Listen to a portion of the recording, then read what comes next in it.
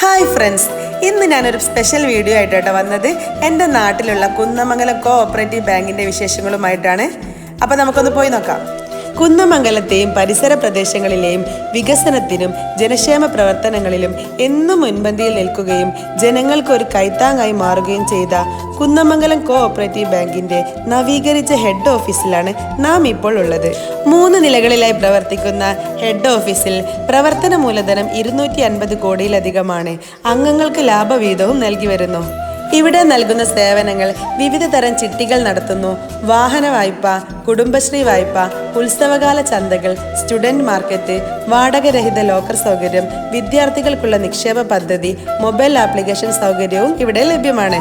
Kunnamangalam cooperative ബാങ്കിന്റെ പ്രവർത്തന സമയം രാവിലെ 9 മണി മുതൽ രാത്രി 8 മണി വരെയാണ്. ഹെഡ് ഓഫീസും പറമ്പിൽ ബസാർ ശാഖയും ഞായറാഴ്ചയും തുറന്ന് പ്രവർത്തിക്കുന്നു. 8ഓളം ശാഖകളുള്ള ഈ ബാങ്കിന്റെ ഹെഡ് ഓഫീസിൽ പാർക്കിംഗ് സൗകര്യവും ലഭ്യമാണ്.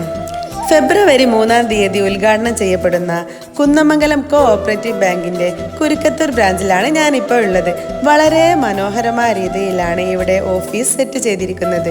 ഉദ്ഘാടനത്തോടനുബന്ധിച്ച് ഫെബ്രുവരി 3-ാം തീയതി സൗജന്യ മെഡിക്കൽ ക്യാമ്പും നറുക്കെടുപ്പിലൂടെ സ്വർണ്ണ നാണയ സമ്മാനവും മറ്റ് ആകർഷകമായ സമ്മാനങ്ങളും അതുകൂടാതെ 2 വീലർ ലോൺ മേളയും നടത്തുന്നു.